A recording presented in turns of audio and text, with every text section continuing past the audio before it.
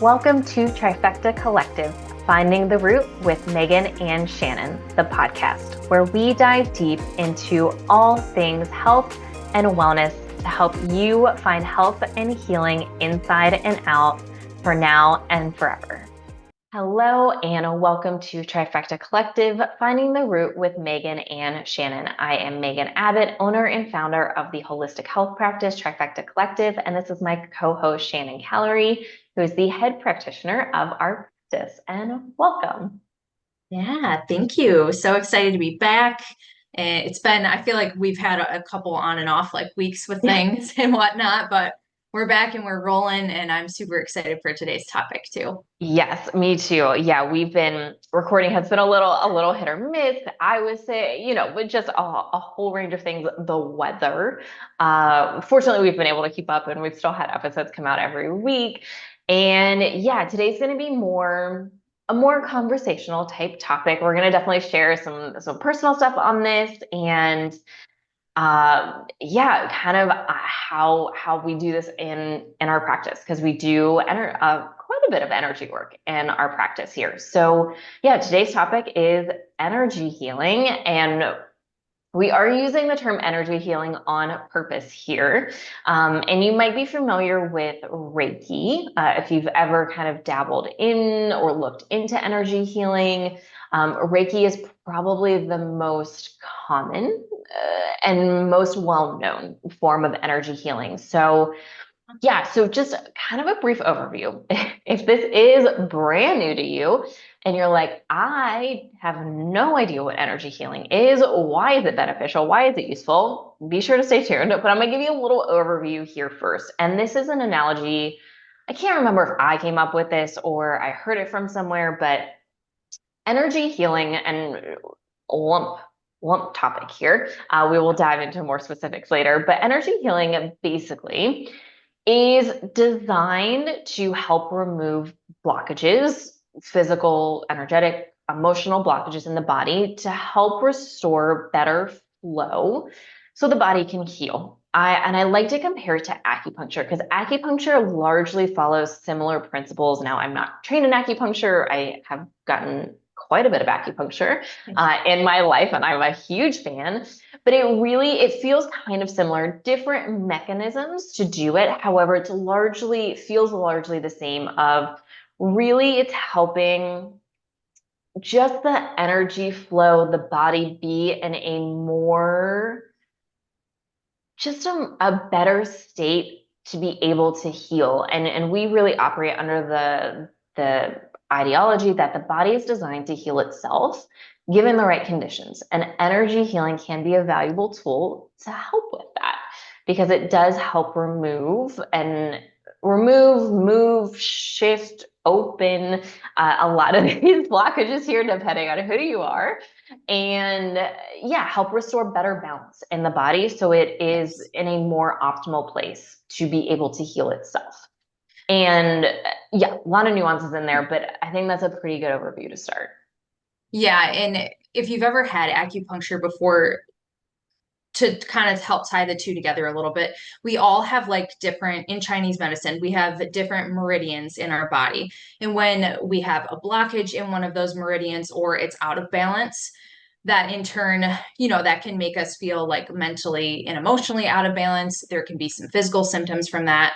It's kind of same concept with energy work. We have different chakras, and when those are out of balance, we kind of feel it the same way, like mentally, emotionally, if things happen to us like traumas, those can also get like stored in certain areas and cause blockages. So it's all about creating like an energy balance in the body. Exactly. And so this is a useful tool in the healing process. And this can be, once again, this is a useful tool if we're looking at physical symptoms, if we're looking at mental emotional symptoms, if we have trauma, nervous system dysregulation, sleep issues, mental health struggles.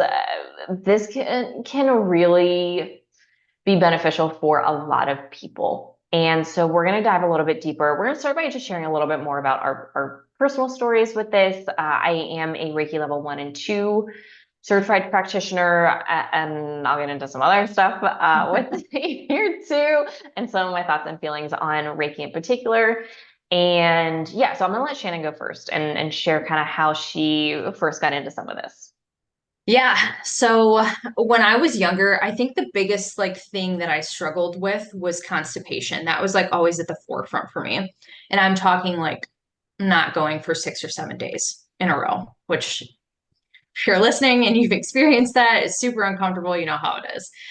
So I was doing all the things. I mean, on the nervous system side, I was going to talk therapy. I was doing it very frequently. I had seen a lot of therapists at this point.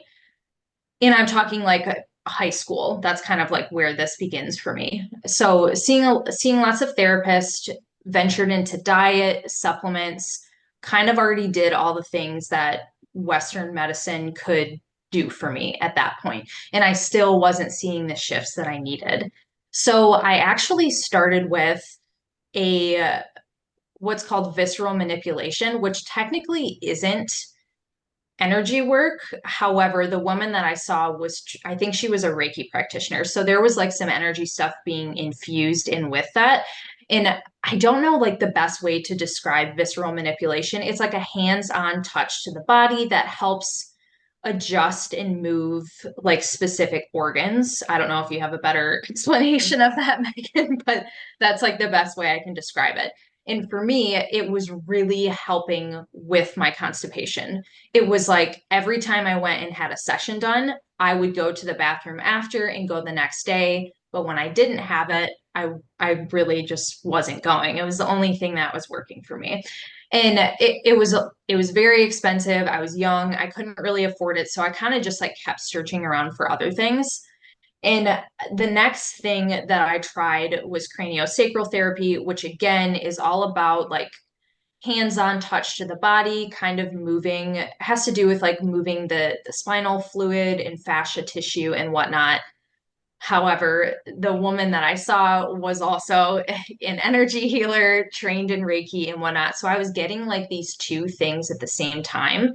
And I just found that like this type of work that I was doing on my body was like a game changer for me. It was the only thing that was making me go to the bathroom and feel some sense of relief.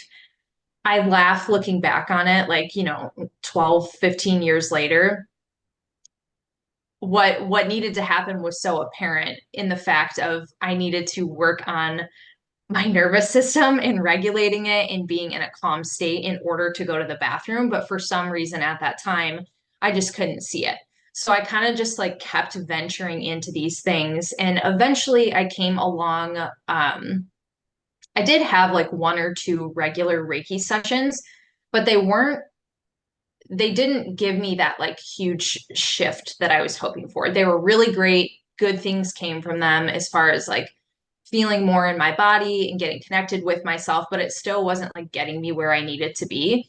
And I was probably in my early 20s, maybe like 23 at this point, maybe 24, and I discovered something called emotion and body code, which that is a form of like energy clearing, energy work, different than Reiki, but still all about like releasing, balancing the body and whatnot. And at that point, my eating disorder was like really, really showing for me. I didn't, talk therapy wasn't really working. I had been in it for like a year and a half. So I was like, I gotta try something different. And that's when I really, really dove into the energy work and kind of hit that realm hard. And I did like a solid 3 months, I think like every week or every other week.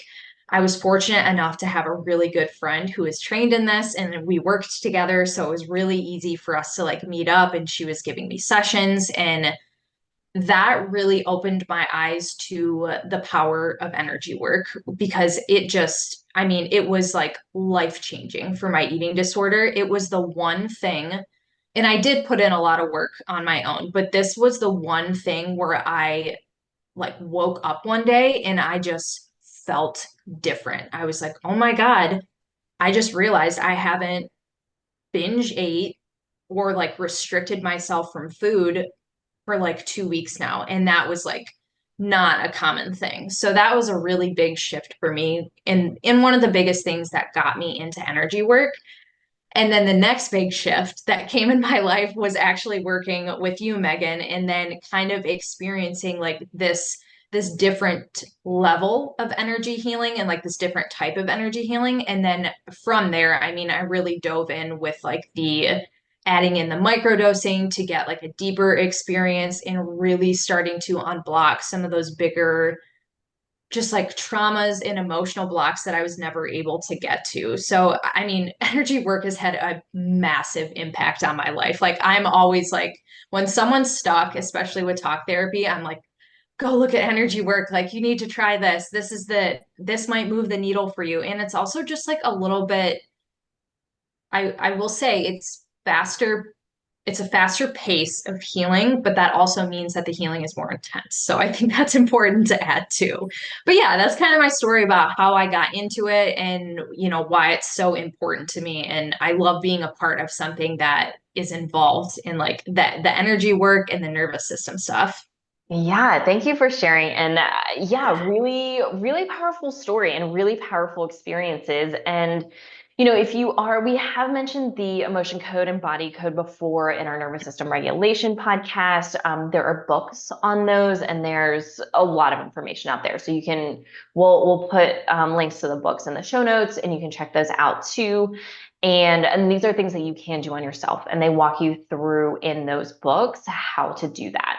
So Mhm. if you're looking, to just like dip your toe in yourself, that can be a good option here. But Yeah. yeah, I mean, it's a different level of nervous system regulation, trauma healing, and yeah, especially the way I do it, which I'll certainly share here in a little bit, of just diving a little bit deeper, like what really needs to be done? Like, what are some things that need to be processed, that need to be shifted?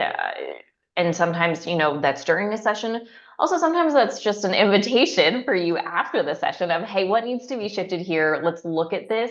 How can we take this and this part of your healing one step further? And what does that kind of look like? So, Yeah. yeah, big fan. Yeah. Um, and I will say too, like the emotion and body code stuff is really, really great. I'll always stand behind that. But there are like different levels of things too. So sometimes and it's different for each person, but the emotion and body code work is a really good way to learn about energy and like how it works, like understanding like this is based on like a science in the fact of like quantum physics and whatnot. And that's something that was really helpful reading in those books to actually understand like, oh, this is legitimately how it works. And some people need that extra understanding too, because we know it sounds sometimes far-fetched and whatnot, which we'll talk about that in a little bit here, but highly recommend reading some of the books. Dr. Bradley Nelson is like I don't know if he's a full-blown creator, if he's the one who just like ran with it. But yeah, look him up. We'll put the books in the show notes and then you can kind of go from there. Yeah, and that also really helped me. And so, kind of how I got into this. So after my car accident, I was doing all of this physical healing work.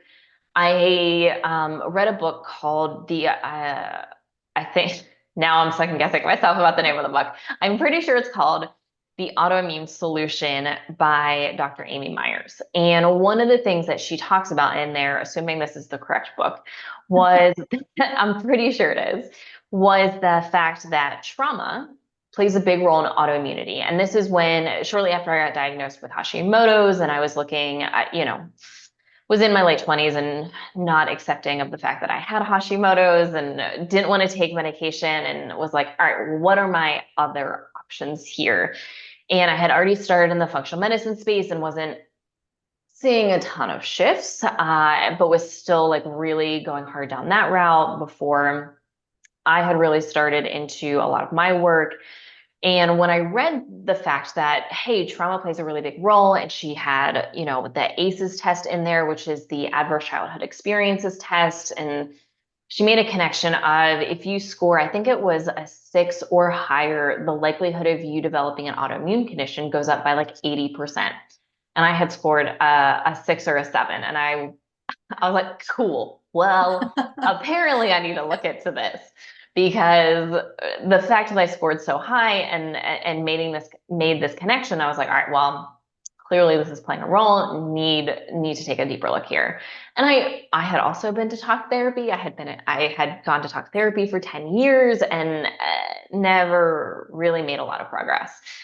And so I started looking for, and she also mentions in the book, once again, assuming this is the third book, that things like talk therapy aren't going to move the needle. You have to do things that are going to really like shift the brain from a subconscious level. And so one of the things that she had mentioned was hypnotherapy, and that was like an easy thing for me to search for. So I saw a hypnotherapist and who also did some energy work. I would not consider it Reiki. I don't remember, but there was some energy spirituality type work that she definitely brought in. I would consider her an intuitive, and it was a little too far-fetched for me. I also had not even like touched meditation stuff yet. So I didn't feel like hypnotherapy, I didn't feel like it worked at the time. Now looking back, I'm a huge fan of it. And I also think someone has to be ready. And if you have no sort of meditation practice and haven't and can't kind of get into more of that relaxed space, hypnotherapy can be very challenging, like it was for me. So, so I got into that. I did that for a little bit. Meh, it was okay. It wasn't really moving the needle. And in 2020, I hired a business coach. And this was right when I was launching this practice specifically, and it looked different at that time. However, it has become this. And she was someone who was in the holistic health space and had created a very successful business and was also an energy healer and used a lot of energy work. And I wasn't super interested in that piece of it. And that was probably the biggest benefit that I got out of our work together. And it was a real introduction into energy healing. We did some group sessions, we did many one-on-one sessions. And I was not a believer. I was so skeptical. My type A logical brain trauma masculine energy couldn't see past the physical world here. And when we would do sessions, I mean, just that it would move a lot. I would cry, like she'd bring things up and things that I had never shared. And I was really noticing a difference. And it was when it was explained to me that, hey, we all, as physical beings on this planet, are made up of atoms. Atoms are constantly moving and have a vibration, have an energy, have a frequency in which they are moving. And once again, this is all rooted in quantum physics. And we can shift that. We can shift that vibration. We can shift that frequency into different levels of healing, into, you can use this for manifestation, into, if we look at like law of attraction, same kind of principles here. And when I started to understand that, I bought in a little bit more. And really when I bought in a little bit more, it worked even better because I was more open to it. And so yeah, spent some time with her. And then in 2021, I went through level 1, level 2 Reiki, and that was really powerful. So level 1, if you're not familiar, is being anointed is what they call it. I'm pretty sure still, to be able to do Reiki on yourself. Level 2 is being able to do it on other people. And after the first day, and by this point, I was in a pretty good spot, and I had really stopped most of my physical healing journey. I passed a massive parasite. And I mean, I it was a lot, just because it was unexpected. And I felt a massive difference. And I mean, once again, like I felt decent at this point. Like I was doing pretty good. And I noticed a massive shift and just in how I felt and my energy. And it was, I mean, really amazing. And I was doing zero parasite work. I mean, I was not doing any detoxing, I was not doing anything like that.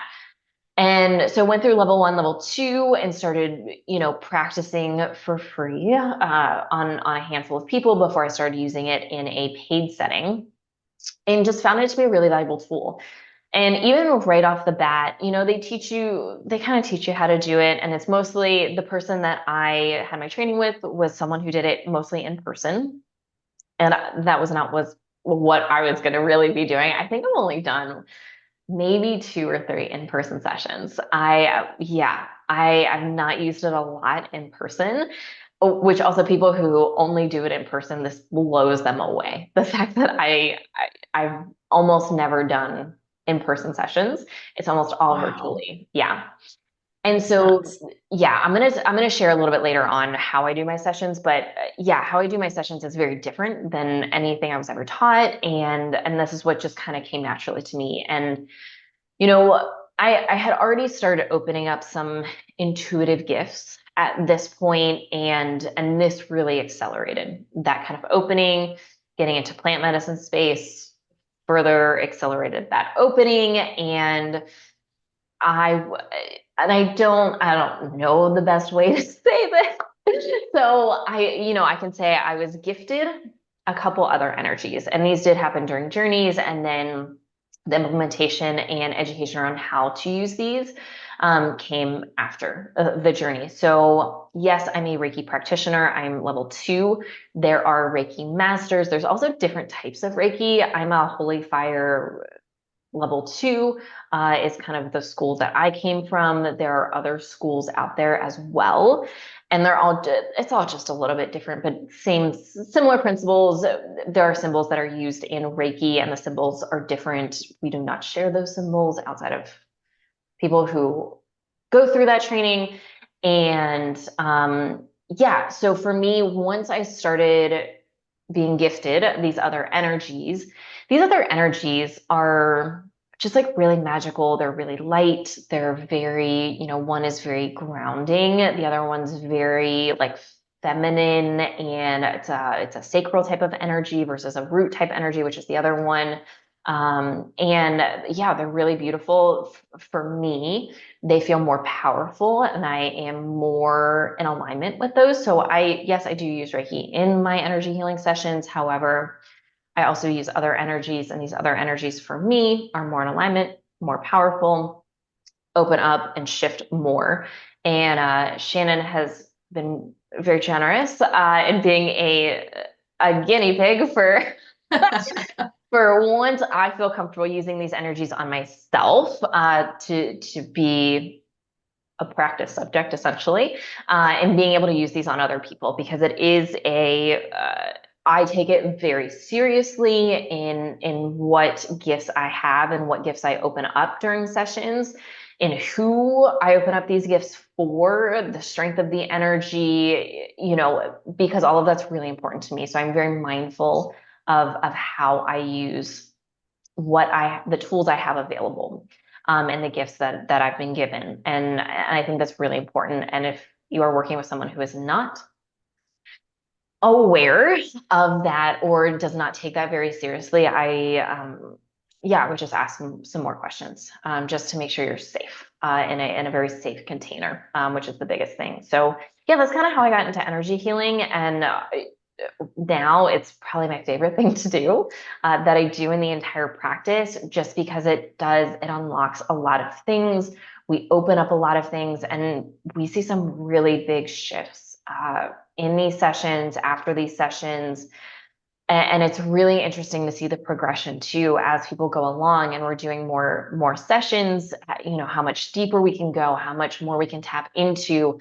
It's really trauma, nervous system regulation. It's all layered work, and it's peeling back the layers. And as we can peel back more layers, it's like what else opens up, and how can we reach a deeper sense of healing? How can we reach a deeper sense of peace and connection to ourselves? And so that's like a really cool piece for me when it comes to energy healing. Yeah, thank you for sharing. I love hearing how everyone, comes into this stuff. And it really feels like for you that it was just like I feel like it was gifted to you like pretty like quickly, honestly. Like clearly this was meant for you because it was a pretty quick thing. So, but yeah, and because it is such a powerful tool that sometimes we're not ready for everything that comes up either.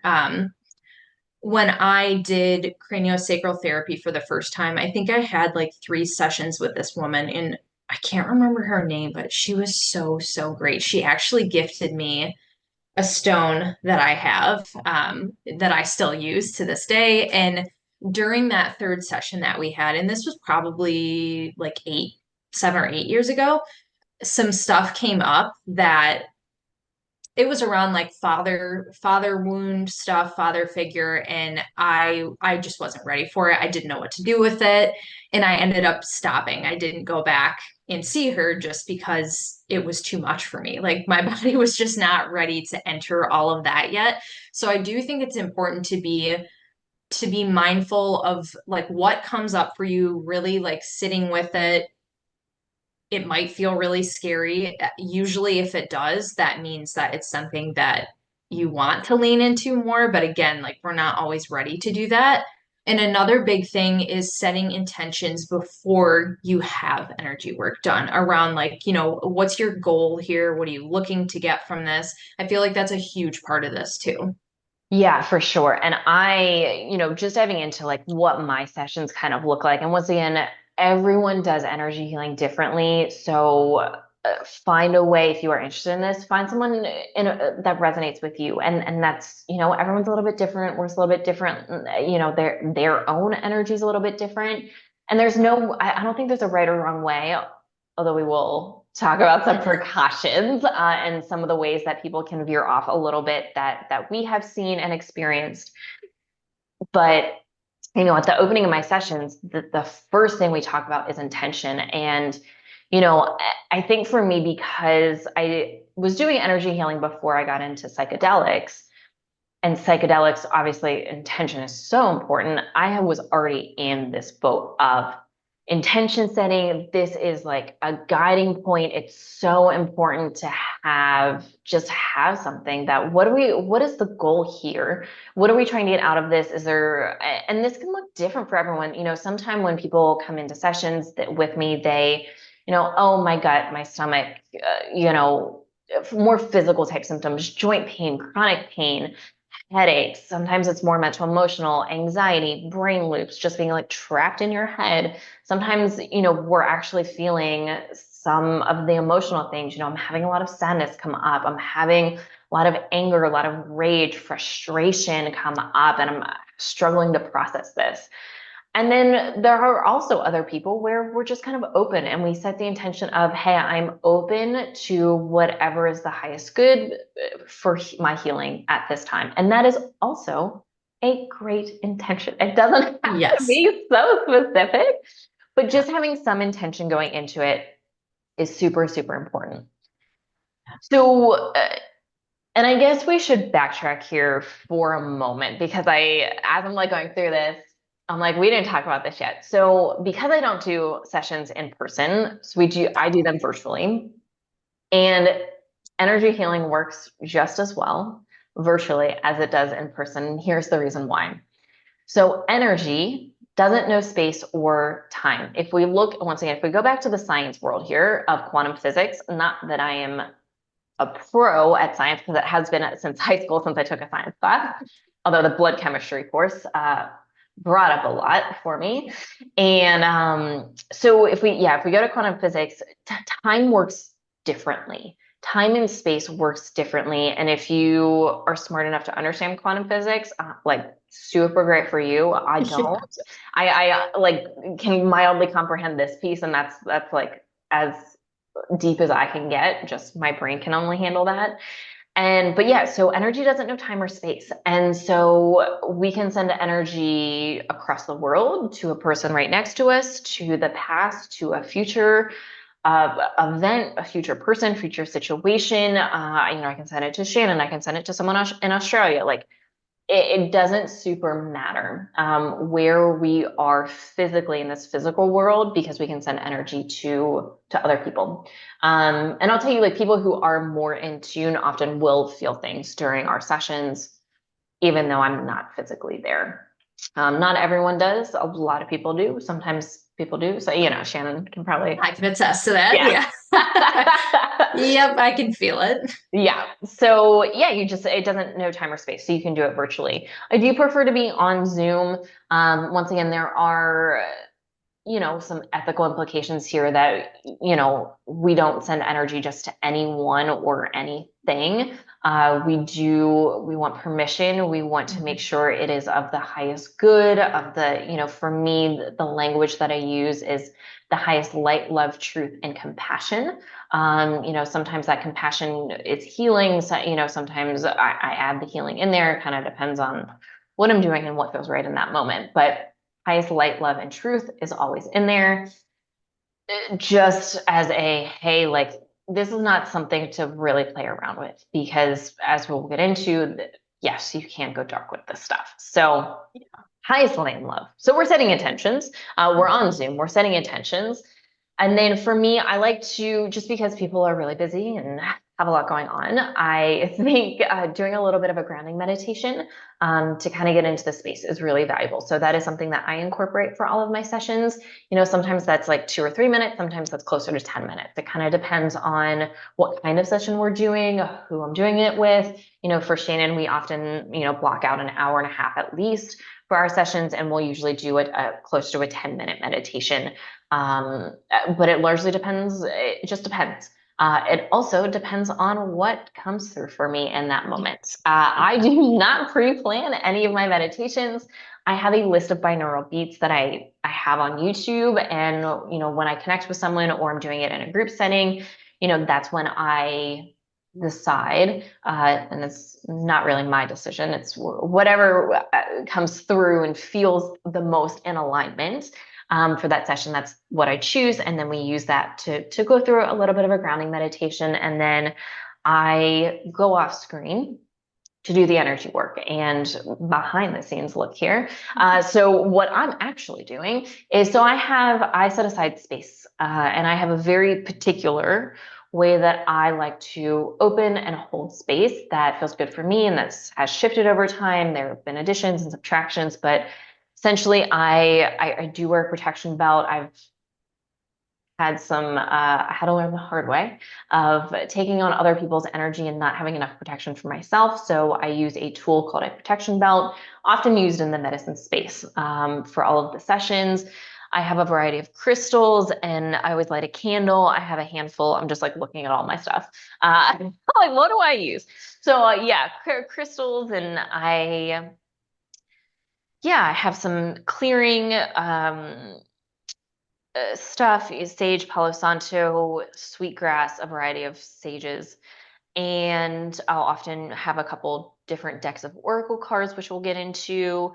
I have some sprays that sometimes I'll use as a way to shift the energy. Sometimes I will microdose right beforehand. Sometimes I will use tobacco as a tool to open up space in a variety of ways. And yeah, so that's kind of what that looks like.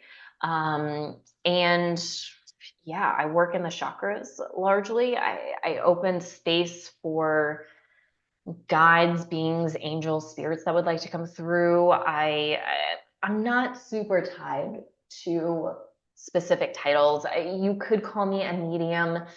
I do have people that will come through that have passed away. I do have a very strong connection to angels and other light workers and guides and a variety of beings that will come through kind of depending on the person. Once again, boundaries are set here with the highest light, love, and truth to make sure that the healing is and the space is very well protected and nothing that is not of those has the capacity to come through. So yeah, and I work in the chakras and for me, I am very intuitive. I get a lot of messages and sometimes I will see images that I do my very best to describe afterwards. Sometimes I hear things and can talk to guides or other beings that are coming through. Sometimes I know things, which is also another clear sense. Sometimes I will get sensations. Sometimes I'll hear a song that'll just like pop in my head while I'm doing the session. So, but all of these variety of messages will come through that I write down. And then I close up space. I will pull a card from one of my Oracle decks. If you're not familiar, let's dive into Oracle decks versus tarot decks. So tarot decks, I think, get a bad rep. I don't think tarot decks are evil. I think they can be used for not the highest light and love. And but by nature, I don't think they are like that. But Oracle cards are a little bit different. Oracle cards, how would you describe Oracle cards? It honestly, it depends on the deck. Um, I'm trying to think of a way to not make this sound complicated. They're really helpful so it really does for me depend on the deck, but it helps you get clarification and maybe some direction, I think is like a good way to put it. Maybe if you're a person who's like looking for signs or just like more of an explanation about, excuse me, let me rephrase that. It also depends on the intention in the question that you're asking to. So we can use Oracle decks as a tool to get more information about specific questions or topics that we have. Maybe there's certain things that you're going through. They're kind of like an extra guidance tool, Yeah, I think is the best way. yeah, I think that's a good way to describe them. Yeah, it's an extra tool that we can use. And for me, I have a lot of Oracle decks that I've collected. Most often, my most common ones, once again, I'm looking at my decks right now here. I have an Oracle of the Seven Energies. I have the Wild and Sacred Feminine deck. I have a Medicine Woman deck. I have an Oracle of the Light deck. Those are probably some of the most common ones that I will use in sessions that I really like. And once again, it's a real intuitive hit which one I use. Sometimes I know going into the session and I get that kind of intuitive hit beforehand. Sometimes it doesn't hit me until after. Often I will pull one card, sometimes it's two or three. It just kind of depends on the session. Sometimes I think, a session a couple weeks ago and I had two cards just jump out. And I was like, all right, guess we're doing two. So yeah, so I like to pull a card at the end. I think it's a nice addition to the session. I really enjoy Oracle cards. I think they're really beautiful and just, yeah, just an extra signs, extra guidance, extra support, and sometimes confirmation Yes. that we can get. So when I'm done, I kind of wrap up. I kind of gently bring someone back on after they've been in their meditative state, receiving the energy. And if someone can't, I've one client in particular who just has a real hard time with the meditation. So she'll often get up and she'll sit up, she'll be moving a little bit, which is also totally fine. Energy healing still works just the same. And yeah, we share the card message that came through, and then I share, all of the notes that I wrote down. And I'll let you know these notes, these messages come differently. Once again, sometimes it's like an image, sometimes it's something, an invitation to do something. Maybe it's an invitation to do some more somatic work or scream therapy, or do a special connection meditation to a specific chakra to unlock something. Sometimes it's something to journal about. Maybe it's a question of a way to dive deeper. And so these are the kinds of messages that can come through. Sometimes if I've done cord cutting, if cords have come up that have been ready to be cut, I will certainly do those during the session and share that. So yeah, that's kind of what the session looks like. It is really different for everyone, and we never know what's going to come up until we start the session. But I think that's a decent overview. I don't know. Sometimes it's hard for me as the practitioner to describe, but you've experienced quite a few of these with me. Maybe you could share a little bit more. Yeah. Yeah. And no, I think you really did a great job at explaining it. One thing that you didn't point out that I feel like is worth pointing out, because I have seen other Reiki practitioners or energy healers, is there's only been one other instance where I've experienced something like this, but when Megan goes over like what came up for you, it's really cool because she'll start with like going over each chakra and what comes up for each chakra. And that can be really helpful, like depending on what you're working on. And it just feels like for someone who is very like a type, logical thinking, it's nice to have it broken down that way because it gives you like specific areas to dive into. It's not like I've seen plenty of people that just give like a general sense of like, this is what came up, this is what I felt. And sometimes at the end, I'm like, I don't know where to go with this necessarily. And I never feel like that after our sessions. And that's something that like I really appreciate. So that's one big thing that sticks out to me. Yeah, so I do work, if you're not familiar, there are, well, this is also a little bit debatable, but technically, depending on who you talk to, there are seven chakras, and we work within these chakras. This is how I work. We look at the root, the sacral, the solar plexus, the heart, the throat, the third eye, and the crown. And then I do some overall healing and things like that. But depending on what comes up with each chakra, at least the way I do it, it does give us some additional insight sometimes too of, just a really, I'll give you just a personal example. So, and I actually am not sure if I've shared this yet, but I do feel ready to share it now. So I maybe shared some of this. So the last like, I get now it's probably been 2 years, but close to 2 years, I've been working on a lot of sexual trauma, connecting more with my femininity, and had done a lot of work, energy healing work, worked with plant medicines. Work with all kinds of people. And I mean, for me, it was just very challenging to connect with my own sacral chakra. It was almost like it felt like a hole there. And have experienced hormonal imbalances. And, there are certain physical symptoms that we can associate at times with certain chakras. Hormonal imbalances, especially with women, definitely sacral chakra. That's immediately the first thing that I think of. Not saying that's playing the only role. However, that is often playing a role. And yeah, just a really challenging time connecting with this. And my journey last November, I had a lot of things around being a woman, experiencing trauma as a woman, experiencing sexual trauma at an early age, of not wanting to have a child, of not, my body was physically grieving during the journey of like me not wanting to give birth to a child. And that's just not something that I've ever felt super called to do. But that knowing that my body was designed to do that, and have that capacity to do that. And having a lot of my femininity shut down early. And so yeah, and I felt that in my sacral chakra. And I was left feeling that journey unsettled, which I've shared before. And there was a lot of rage, a lot of anger specifically that was left that I just didn't know what to do with. And when I sought out external help, we did a lot of work on my sacral chakra too. We did a lot of cord cutting and clearing with, people who I've experienced sexual trauma with.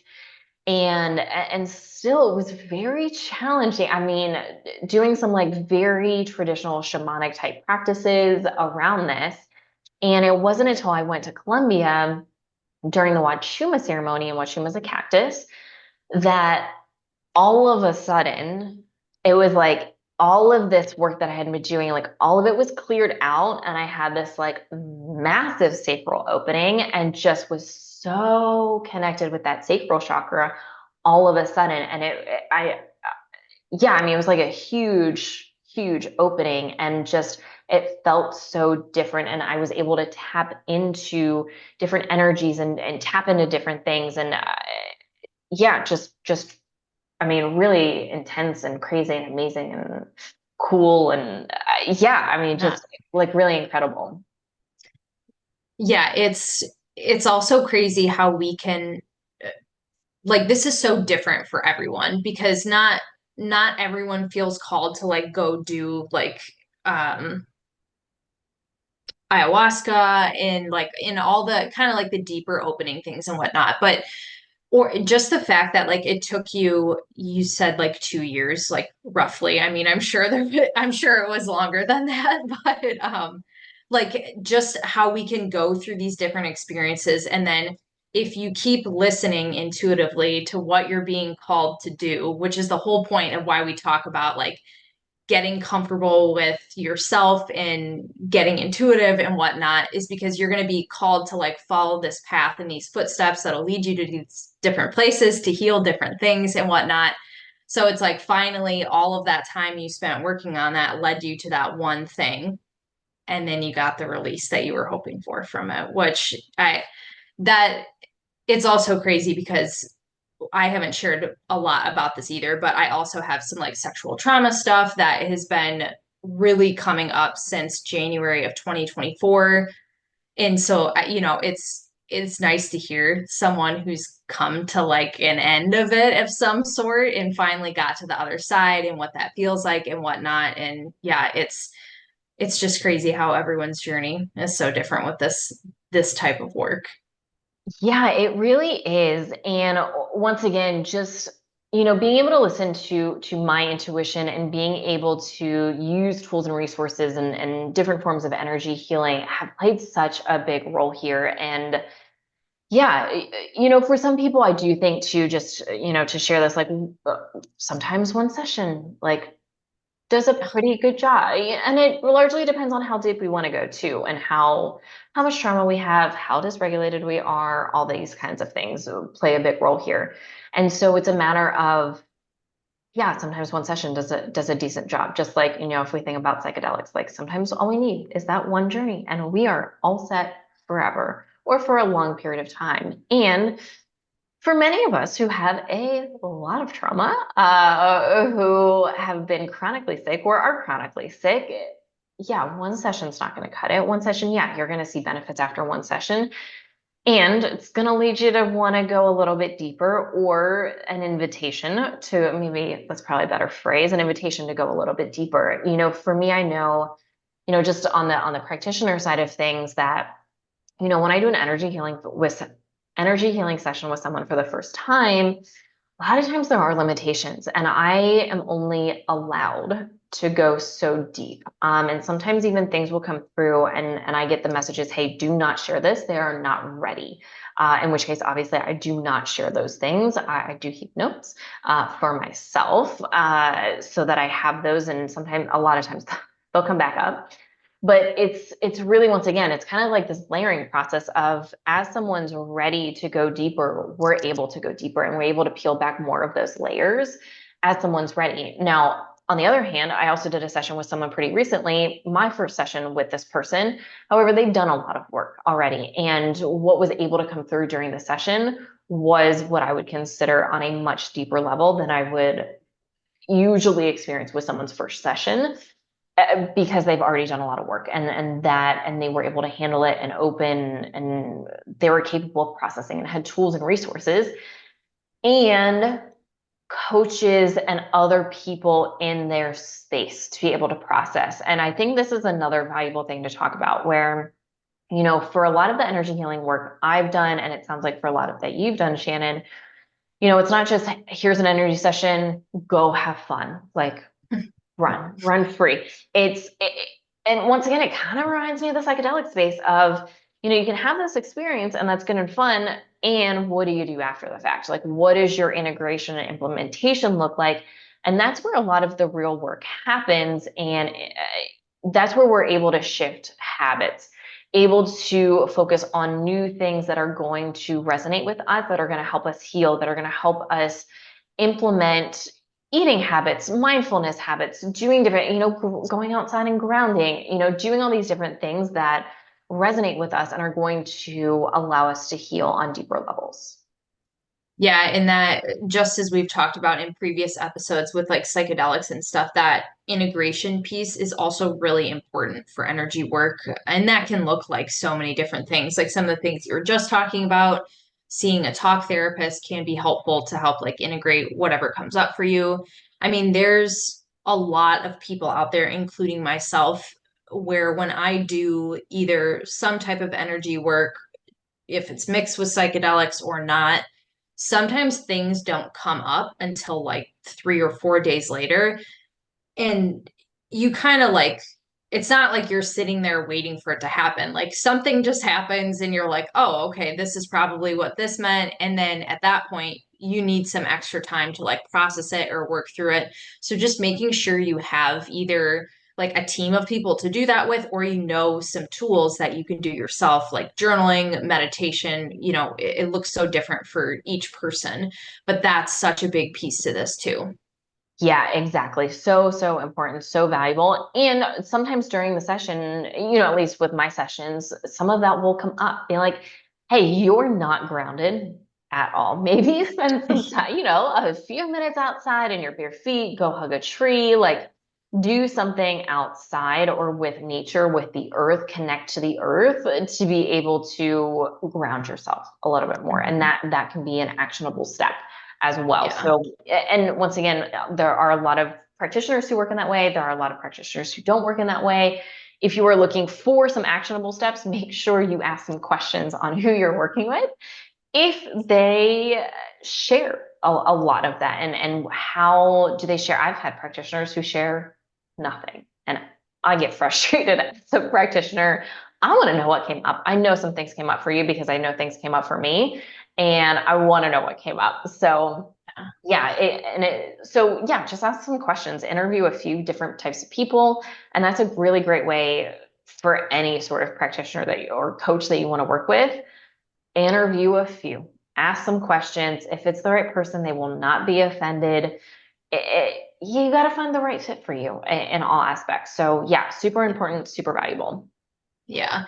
Yeah. And even doing some, this would probably be more advanced. Like if you've never done energy work before, just like putting, maybe you have like, if you're into crystals, you have a crystal that you bring with you, something to just like help protect your own energy is usually a good idea as well. But I just feel like for the majority of people, we know that this is also like a controversial thing, which we're going to talk about here now, is a lot of people think that, this is like, I don't like when this type of work is referred to as like witchery. Like that is just, I know some people like use that word and they like it resonates with them. It really does not with me. It actually makes me feel like pretty uncomfortable because it's not that to us. This is very like I don't know how to it's a way of kind of like religion for us, but not in like an organized sense. How would you describe this? Yeah, I think we work with the light. And I think that's an important distinction and it doesn't really matter, verbiage that you want to use. Witchcraft, I think, is often associated with dark, or darkness. Yeah. Um, and there's rituals in that. And, we certainly can have rituals too, and how we clear crystals and how we charge crystals and, pulling cards and the ceremonies, around that, and even just the energy healings themselves. And I mean, darkness is not allowed. It is not Mhm. allowed in this space. It is not acceptable. There is no darkness that is accessed, that is touched, that is, yeah, it's all working in light, in love, in the highest good, in whatever that means, for healing. And I know practitioners have gone down dark roads. I've seen it firsthand. I've heard lots of stories, and if that resonates with you, great. And be careful. For me, this is not something to play around with. This is a modality for healing. And there is a lot of power, and for me personally, a lot of responsibility that goes into this. And I've had people who don't understand energy healing come up to me and be careful about what you do. And thank you. And yes, I am very careful. I'm very aware of the gifts that I have, and being mindful of those. And, for me, I am closed. My gifts are closed, the vast majority of the time on purpose. And because it's a lot, it's very overwhelming. It's also very draining if I'm too open too much of the time. And so I learned all of these things the hard way too. So I didn't have great mentors in this space as I was learning a lot of this. And so yeah, just be very mindful of, yes, this can go dark, and most of us don't. Most of us have no interest in that. We just want to help people heal. And we know this is another tool that is really amazing and beautiful and powerful to help people heal. And so that's the way we use it. But yes, this absolutely can go dark. And this kind of leads us into, if you are religious and go to some sort of building, I will call it a church for some people. If you practice out of a book, for me, for us, I think Shannon and I are on the same page with this. Religion and spirituality, uh, energy healing isn't quite spirituality. There it is rooted in a lot of science. However, yes, when you tap into and open the space for guides and angels and beings, yes, we're kind of crossing that line into spirituality here. They are not mutually exclusive. I've connected the one of the first entities I connected with was Mother Mary. I did not grow up very religious. I knew who she was. She stated her name very clearly to me. And, you know, that was someone I connected with for quite some time. Angels are common beings that come through for me. Archangel Michael's a big figure for me. For us, it's not mutually exclusive. Oftentimes if we look at like third eye and things that come up around the third eye, which are often around spirituality and, the way I describe it is just something bigger than us, whether that's the earth, just like our physical environment that's bigger than us. Sometimes this is, God, if that is what resonates with you. Sometimes this is the universe. Sometimes this is source, like light, whatever kind of verbiage that you like to use. I don't think there's a right or a wrong way. And I don't think if you are religious, and it depends on your, you know, uh, on our end, I'll say on our end, it is not mutually exclusive. And just because you are religious doesn't mean you can't participate and experience the amazing power and gifts of energy work. And we're not going to try and convince you that, to not believe in God or to change your religious beliefs.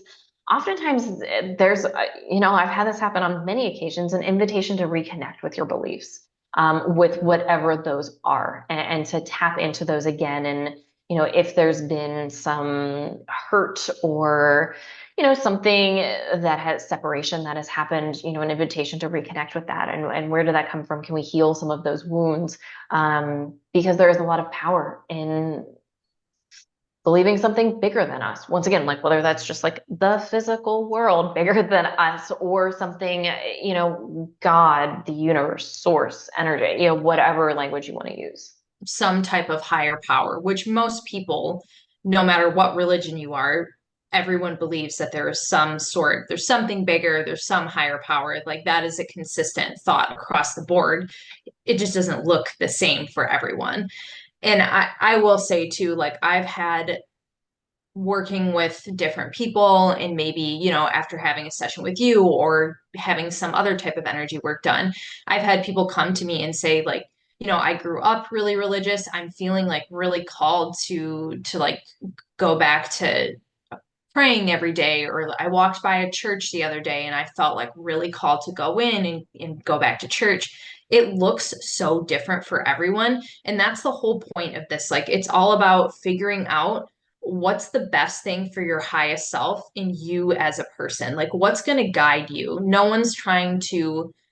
I know that there's some people out there who seem like maybe a little bit, I'll use the word culty, and like are trying to pull you into different things. But like, what energy work is about, when I think about it, and with a little bit of spirituality mixed in, is just about like figuring out what's best for yourself, how to guide yourself, and use that to help yourself heal. There's no like convincing of anything. And of course, if you don't feel comfortable with something, like that's something that you need to lean into and kind of figure out on your own.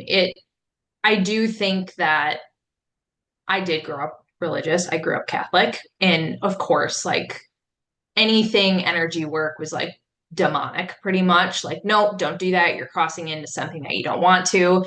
Granted, here I am feeling the best that I've ever felt in my entire life. And that was the thing that helped me. So sometimes we have to just like follow the signs and kind of open our minds to different things. And I know that that looks different for everyone too. So not everyone feels called to this, and that's okay.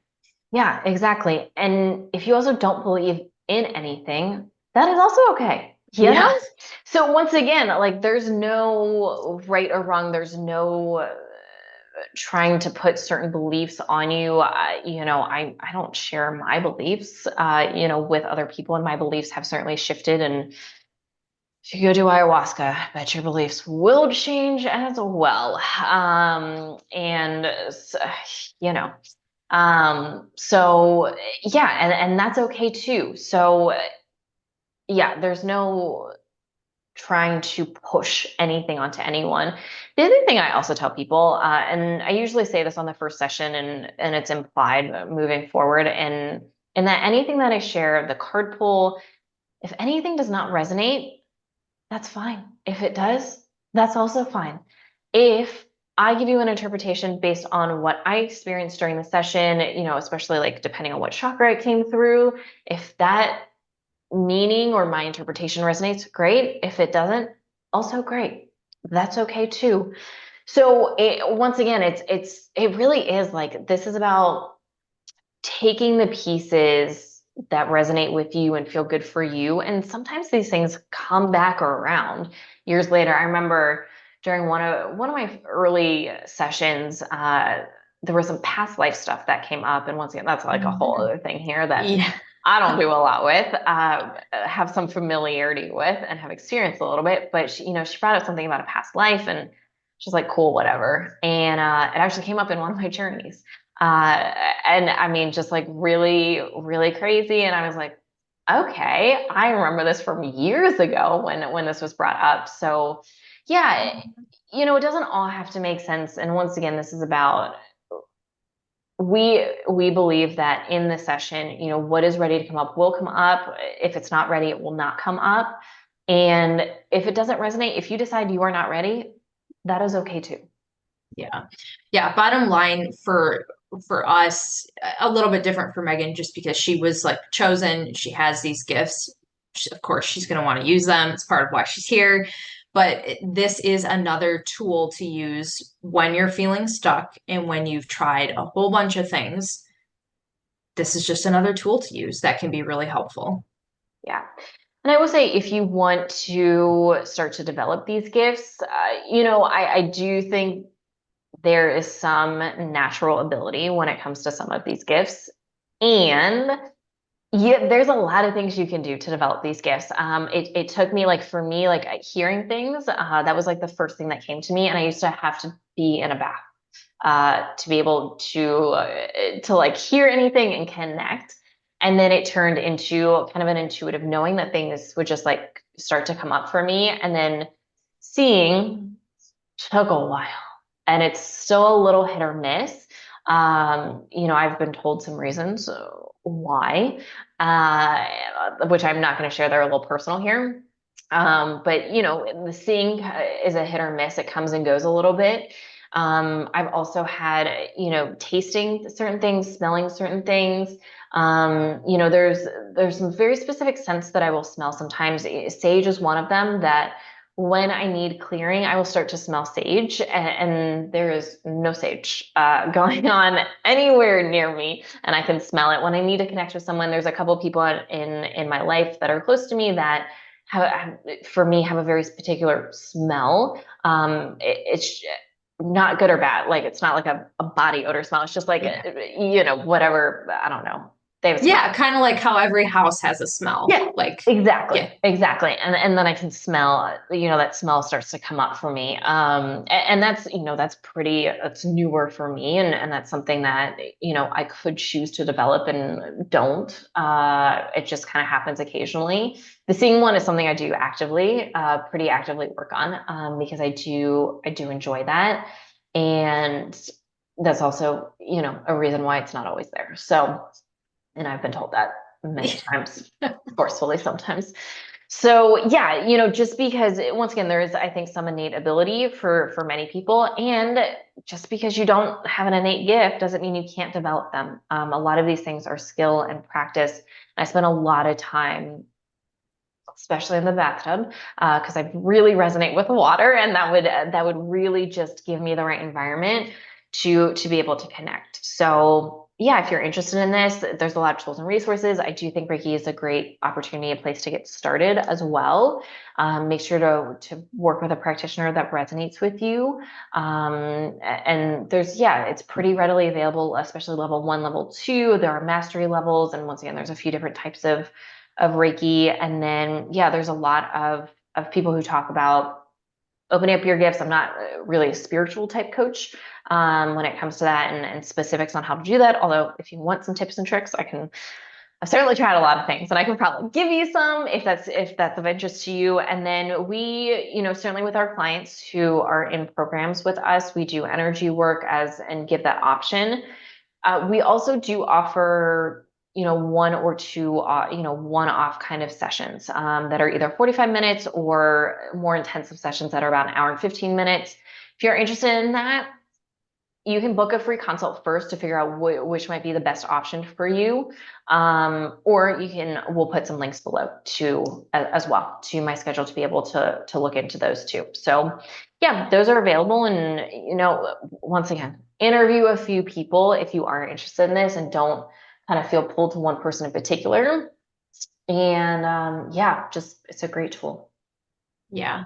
And if you've never, I would suggest having it done in person at least one time to see what it feels like, just to give yourself like have it done virtually and have it done in person and see how it feels. And you also have to be like connected enough, like we were talking about, to actually kind of be able to tune in and feel it. But it's cool to see the difference between the two. From my personal experience, I never, besides like one in-person session, you know, online has been like virtually has been just as strong, if not stronger for me. I tend to feel things like when I have craniosacral therapy work done, because that is like hands-on body work. That one is a little bit more intense for me in person. But yeah, I mean, you just dive in and try it, and I'm sure you'll feel something. Most people do, honestly. I don't know a lot of people who don't, but you also have to be open to it.